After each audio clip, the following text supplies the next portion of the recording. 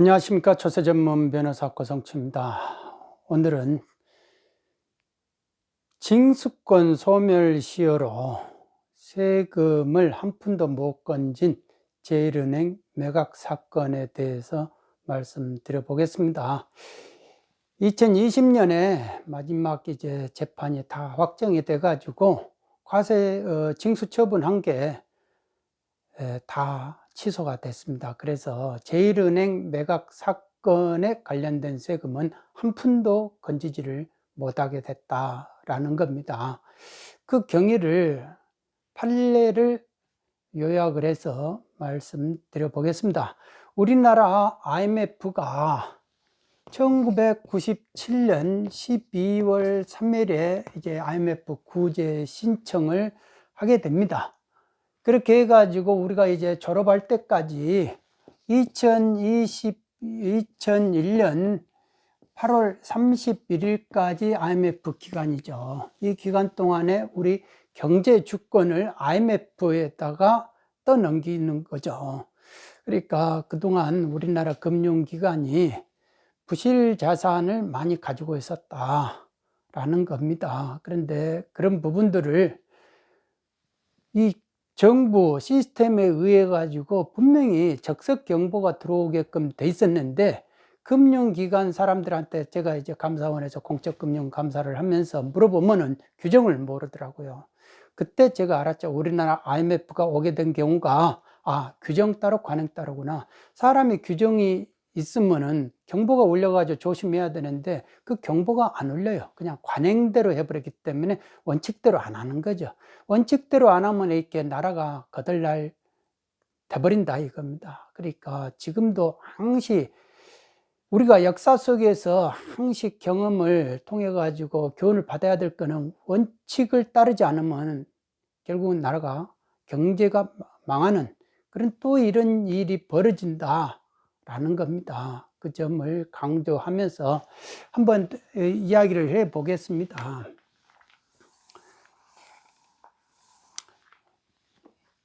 이 1998년에 모건 스탠리의 투자 보고서가 미국 쪽에 쫙 뿌려집니다. 그러는 캐피탈에다가 다 뿌려지는데, 그때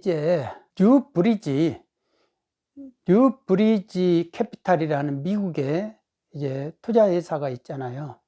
그 투자 회사의 책임자인 웨이지안 샨이라는 사람이 있습니다. 웨이지안 샨인데, 이 사람은 중국 사람인데 고비 사막에서 엄청 가난하게 살다가 미국으로 건너가 가지고 늦은 나이에 공부를 해 가지고 이 금융의 전문가가 된 사람인데요. 입지적인 사람이라고 그래요. 근데 이 사람이 지금 최근에 발간 애정인 머니게임이라는 책을 매일경제가 입수를 해 가지고 기사화 시킨 게 있습니다. 저도 그 내용을 보고 같이 이렇게 섞어서 말씀드리는 겁니다. 그 내용에 의하면은 본인이 직접 적은 거예요, 이런 식으로. 그런데 모건 스탠리 투자 보고서를 보니까 제1은행, 한국에서 가장 큰 은행인 제1은행을 판다 하더라, 매각한다 하더라. 그러니까 투자에 관심 있는지 확인해 봐라 본인들 라고 한 거예요. 그런데 웨이지안 샤는 그 보고서를 보고, 최악의 경제 위기, 실패한 그 나라의 은행을 사봤자 뭐하냐, 그게 이게 안 된다, 이렇게 해서 부정적인 의견을 가졌는데, 그 뉴브리지의 그룹의 회장이라는 몬더몬이라는 사람이 그게 아니다. 이게 가장 보면은 보전해 가는, 그러니까 망해가는 은행을 그 나라 정부가 공적 자금을 들어가가지고 뭔가를 보전을 해준다면 바닥에서 이렇게 살 수 있으면 이건 큰 투자 기회가 된다라는 의견을 냅니다. 그래서 이 두 사람이 1998년에 10월에 한국을 찾아와요. 그리고 이현재라는 그 당시 금감위원장을 만납니다.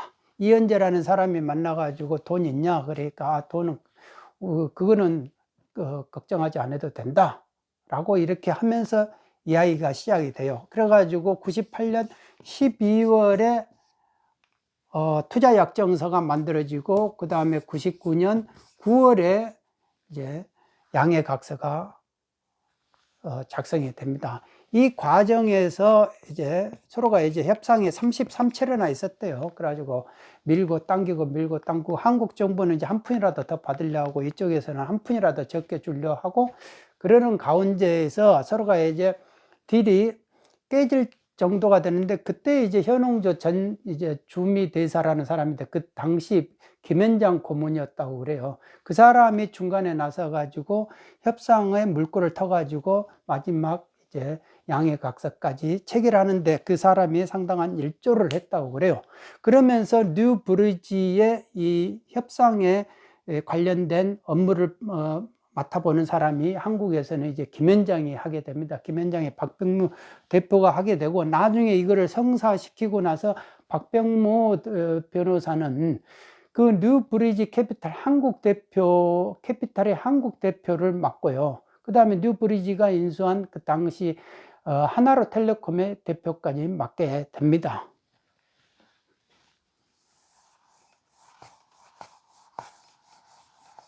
그리고 그 과정에서 좀 우스운 거는, 이 한국 정부를 대표해 가지고 에보가 이제 이렇게 진행을 실무를 합사하는데, 이쪽에 브리지에 이제 한국 이제 뭐를 대표해 주는 변호사들이 이제 김현장의 박병무 대표인데, 이 사람을 이쪽에다가 이제 빌려줬다는 표현을 쓰더라고요. 에보에다 빌려줘가지고 김현장이 가가지고 이쪽 에보의 일을 같이 막 협상이 빨리빨리 되게끔 이쪽 일을 도와준 거예요. 그러니까 이런 희한한 일들이 벌어졌다 이거죠, 그 당시에. 근데 이제 뭐 협상을 빨리빨리 하기 위해서 그랬다는 거 아니겠습니까?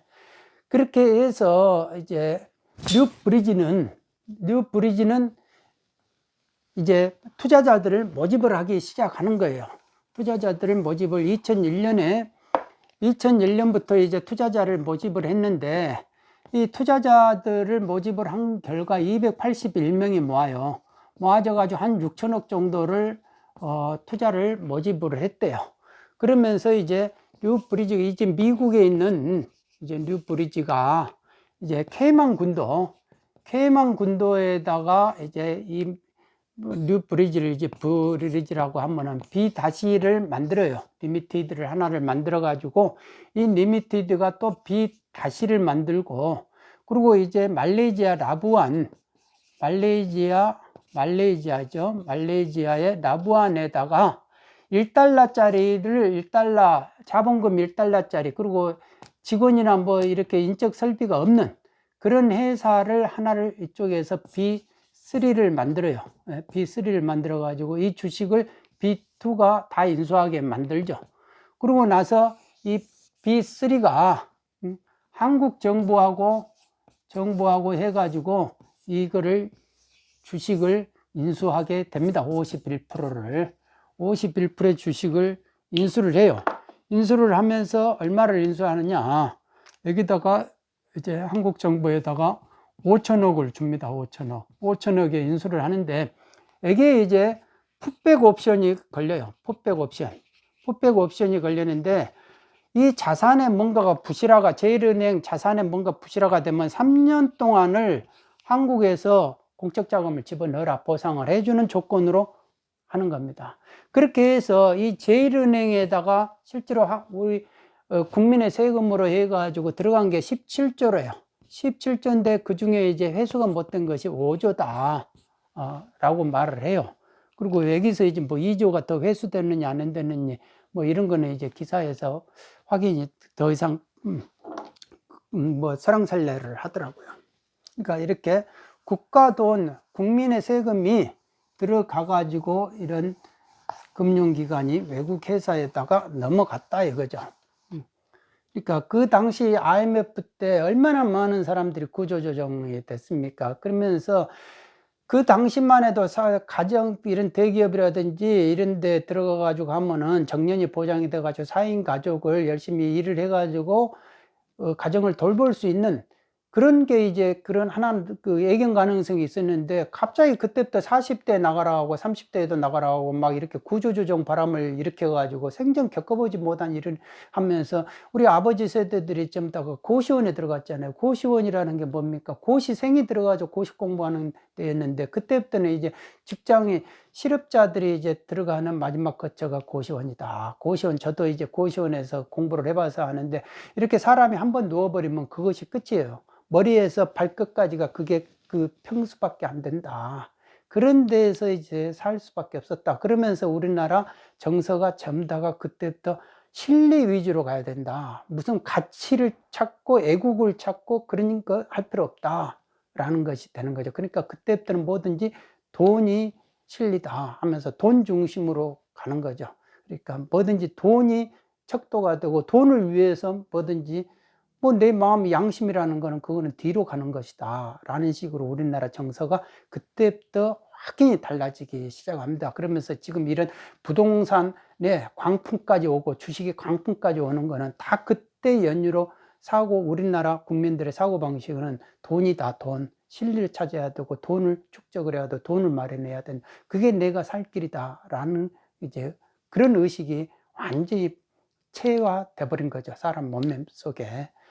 그런 게 이제 우리 IMF의 역작용이었다라고 하는 거죠. 그러면서 이제 이게 나중에 이제 2004년에요. 2004년 4월에 이 사람들이 미국 뉴브리지가 뭐를 파냐면 이제 말레이시아에 이제 라부안에 있는 그 회사가 결국은 이거는 이제 미국의 이제 뉴브리지 거죠. 근데 이게 영국의 스탠다드 영국의 이제 뭐죠? 스탠다드 차터드 그쪽이 이제 은행 계열이죠. 거기에다가 팔아요. 파는데 이거를 얼마를 파냐면 1조 6,111억인가요? 11억 정도를 받아요. 그러면 5천억에서 이렇게 하니까 8억인가 이렇게 됩니다. 그러면은 1조 1,000뭐 이렇게 1,180억인가를 정도를 이 양도소득을 내버리는 거예요. 양도소득. 그러면 이거에 대해서 과세를 해야 되잖아요. 그러니까 국세청이 이거를 어떻게 과세할까 보니까 이 말레이시아하고는 왜 이쪽에다가 말레이시아 미국이 자기가 직접 이렇게 사는 게 아니고 말레이시아에다가 1달러짜리 회사를 설립해 가지고 사게끔 했냐면 대한민국하고 말레이시아하고는 조세협정이 있는데 여기에서 이제 유가증권 양도소득에 대해서는 거주지국 과세 원칙이다 이거예요. 대한민국이 하려면 여기서 팔았기 때문에 원천세, 원천지국 과세해야 되는데 말레이시아하고 조세협정은 거주지국 과세다 이거예요. 그러니까 한국이 과세를 못하는 거예요. 과세를 못하니까 1조 1180억이 이 주식의 양도소득이 외국으로 나가는데 그거에 대해서 과세를 못하니까 국세청 입장에서는 고민을 한 거예요. 고민을 했는데 이 말레이시아를 이렇게 가만히 보니까 이거 1달러짜리네. 그리고 1달러짜리고 뭐 여기가 이제 사람도 없고 시설도 없는 거예요. 사무실도 없어요. 그리고 이제 기장이라든지 뭐 이런 대응해 주는 거는 그쪽에 이제 무슨 조세 피난처 대행회사들 있잖아요. 그러니까 한 180개 이상 뭐 대행해 주는 그런 회사가 해 주더라 이거죠. 그러니까 이거는 아니다. 이거는 도관 회사다. 그야말로 페이퍼 회사에 불과하고 그러니까 법인격을 부인을 하겠다라는 식으로 하면서 이게 아니고 실제로 이거에 뒤에서 조종하고 있는 뉴브리지 그 케이만 군도에 설립된 그쪽의 투자자들 281명 거다 이거죠. 281명이 이 1조 1180억의 귀속자다. 그러니까 그 중에서 그러면 281명에서 다 이렇게 과세를 못하고 40명을 줄인 거예요. 40명을 어떻게 줄였냐면 우리나라에 하고 조세협약이 이렇게 있어가지고 우리나라의 원천지 국 과세 원칙이 협약이 되어 있는 그런 나라의 8개국 사람들을 찾아요. 그리고 조세협약이 거주지국으로 돼 있지 않은 그런 나라들 찾아보니까 40명이더라 이거죠. 그렇게 해서 4,300억 정도를 과세를 합니다. 이게 이제 양도를 했기 때문에 양도소득에 대한 비거주자는 원천징수를 해요. 원천징수를 하는데 이 사람들이 개인이니까 원천징수 소득세를 과세를 했다 이거죠. 그렇게 해서 원천징수라는 거는 그냥 돈을 주는 시점에, 양도하는 시고 대가 받는 시점에 자동적으로 납세 의무가 성립이 되고 확정이 돼버려요. 그러니까 그때 돈을 냈어야 된다 이거죠. 그러니까 2004년 4월 2005년 4월이네요. 2005년 4월. 그러니까 2005년 4월에 이제 납세 의무가 성립돼 가지고 줘야 된다. 그래서 국세청은 나름대로 열심히 일을 해 가지고 저거에 대해서 과세를 했다 이거예요. 4,300억에 대해서 과세를 했는데, 이제 당연히 이제 불복을 했을 거 아닙니까? 불복을 해가지고 1심 가고 2심 가고 전부 다가 국승을 한 거예요. 국승을 했는데 3심을 가니까 이게 이제 2010년에 이제 상고가 이루어져 가지고 김현장이 상고를 했죠.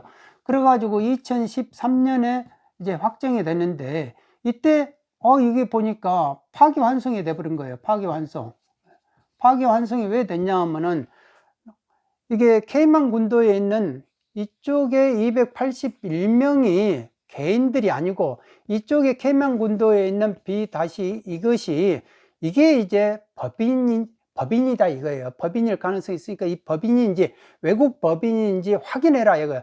그러면 이 사람이 기속자다 이거예요. 이 사람들이 기속자가 아니고, 법인이면 이쪽이 기속자니까 원천징수, 이 사람들이 기속자여가지고 원천징수 소득세를 과세했는데, 이게 아니다. 원천징수 법인세를 과세해라 이렇게 돼버린 거예요.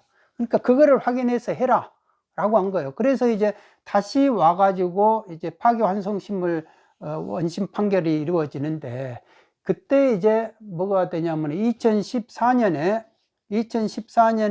해보니까 이게 법인이더라. 그러니까 원천징수 법인세를 과세를 해야 된다. 소득세를 과세하면은 안 된다. 그러니까 이 소득세는 과세 처분을 취소한다 이렇게 돼버린 거예요.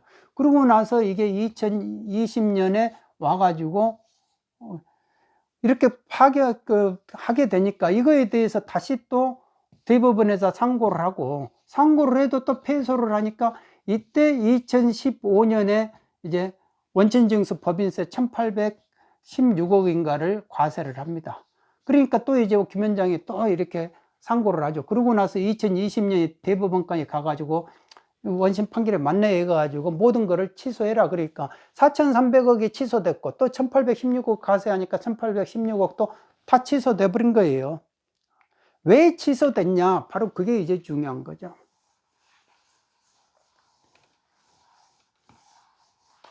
자, 원천징수는 정부가 있잖아요.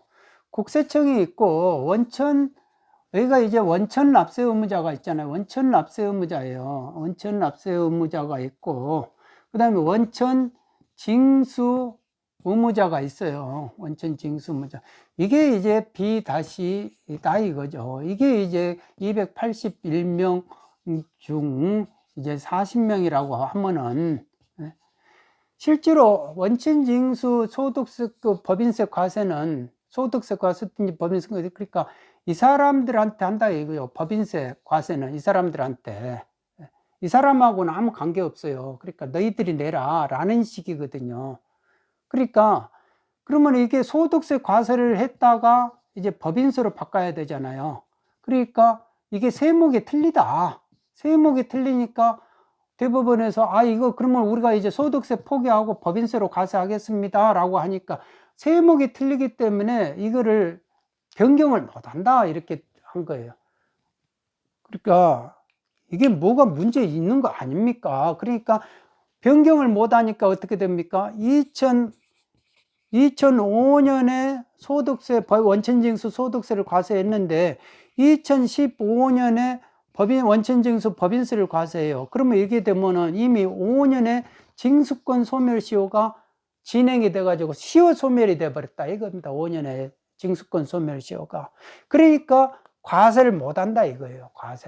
이미 과세를, 그리고 이거를 새롭게 과세를 못한다 라는 것이 됩니다. 그러니까 무슨 소리 하고 있냐. 이거 원천납세 의무자가 208 개인이든지 법인이든지 이거하고는 아무 관계가 없지 않느냐. 그냥 우리는 이쪽 정부하고 이쪽하고 관계되니까 P-한테 법인세 과세하면 되는 것이지 이게 뭐 개인이든 법인이든지 무슨 의미가 있느냐. 그러니까 동일성 인정해 주라.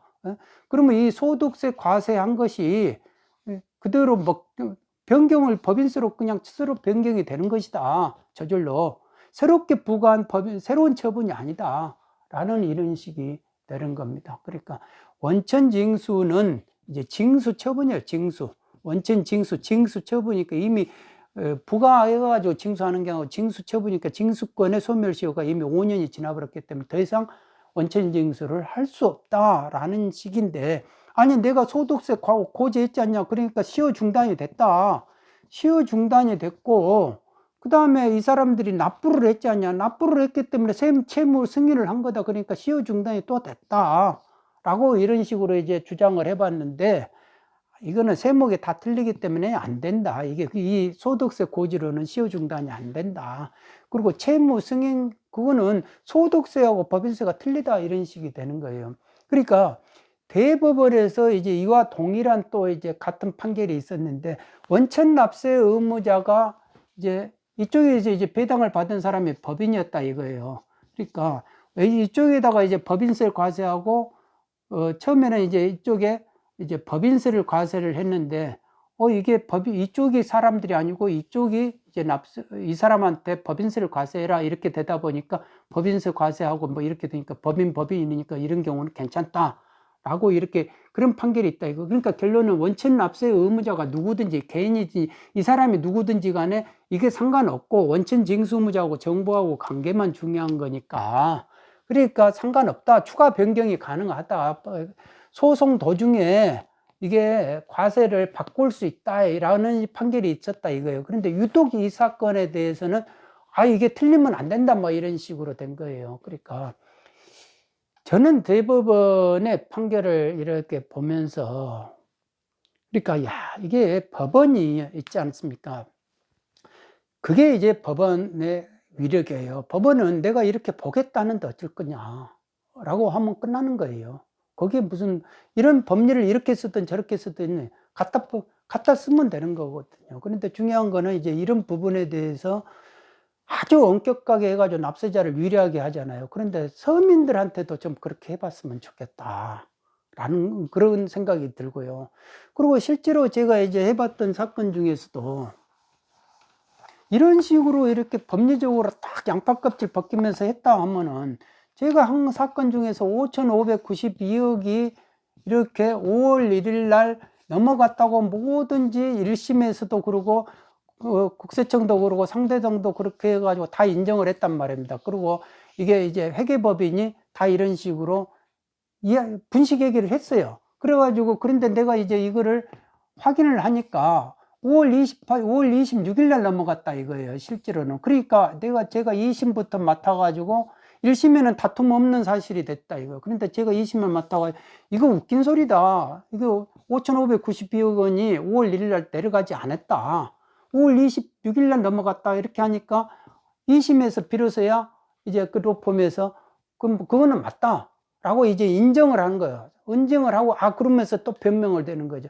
그런데 이거를 2심에서 이거에 대해서 큰 의미를 두지를 않고 판결을 하더라 이거예요. 이게 몇 천억짜리 과세 처분이 이루어진 사건이다 이거예요. 그런데 어떻게 해서 국세청은 5,592억 원의 자료가 들어갔다고 5월 1일 날 넘어갔다는 자료를 국세청이 내줘요. 납세자가 낸 게 아니고. 그러니까 왜 이런 일이 벌어졌느냐. 나는 그게 너무 이상하다는 거죠. 그런데 당시에 이제 그런 이야기는 할 필요는 없고요. 그리고 나중에 이제 이거를 그러면 나는 대법원에 가면은 대법원이 알아서 이 부분에 대해 어떤 식으로든지 정리를 해줄 것이다. 왜? 감면이기 때문에 몇천억을 감면하는 사건에서는 엄격하게 해석을 해야 되는 거 아니냐. 5월 1일 날 내려가는 거하고 5월 26일 날 이거하고는 어마어마하게 틀려요. 5월 1일 기준으로 뭐든지 사건이 그렇게 해야만이 되는 거거든요. 그런데 이거에 대해서는 전혀 판단을 안 해버리는 겁니다. 안 하고 나서 나중에 그 당시 그 대법관이 그 나중에 퇴임하면서 그 퇴임사를 보면은 한 점의 그런 그 부끄럼도 없이 법관 생활을 했다라고 말을 하더라고요. 그러니까 아하, 그러니까 뭐든지 그러죠. 내 입장에서만 보면 항상 뭐든지 없죠. 다 깨끗하죠. 뭐든 사람이 다 그렇게 생각하는구나, 그런 생각이 들어요. 이거에 대해서는 분명코 판단을 해 줘야 되는데 판단을 안 해 버릴 수 있는 거예요. 법관이라는 거는 자기가 안 하고 싶으면 안 해도 되더라 이거죠. 그러면 이 1, 2심, 사실심은 안 해도 된다 하더라도 대법원은 해 줘야 되는 거 아니냐, 이거 법률 문제니까. 5월 1일 날 5,592억 원이 넘어갔다고 자기들이 다 이렇게 해 놓고 나서 했다가 5월 26일 날 이제 넘어갔다고 2심에서는 이실직고하고 자백하고 그랬는데, 그러면 이거를 어떻게 해서 그렇게 가볍게 취급을 하냐. 그리고 판단을 해 줘야 되니, 그러면 이렇게 되면은 어떤 사람은 이렇게 넘어가고 어떤 사람은 그 앞으로 사건에 대해서 그러면은 기준을 정해 주려면 대법원이 판단을 해 주라라고 그런 식으로 이제 상고 유서를 썼는데 판단을 안 해 버렸다라는 겁니다. 그런 점에서 보면은 무슨 문제가 있으면 일단 막아 가지고 안 되면 소송으로 가 가지고 법원에서 판결로 이렇게 딱 눌러 버리면 되는구나, 그런 생각도 저 나름대로는 들더라고요. 그러니까 그때 상당히 나는 이렇게 뭔가가 그게 세상 일이라, 세상이 다 돌고 돌고 이렇게 도는구나라는 그런 이제 나만의 그런 이제 부정적인 시각을 갖게 된 계기가 됐습니다. 그러니까 징수권 소멸시효라는 거는요, 이렇게 큰 사건에서나 하나씩 써먹는 거예요. 근데 일반 서민들이 세금 면책, 그거에 대해서 누구한테 이제 어디서 그 성공보수 주면은 세금 면책 시켜준다, 그렇게 해서 써먹을 규정이 아니다, 징수권 소멸시효 규정이라는 게. 그리고 국세청이 그렇게 쉽게 그 징수권 소멸시효를 하게끔 놔두지 않는다라는 겁니다. 오늘은 여기까지만 하겠습니다. 여러분 모두 건강하시기 바랍니다. 감사합니다.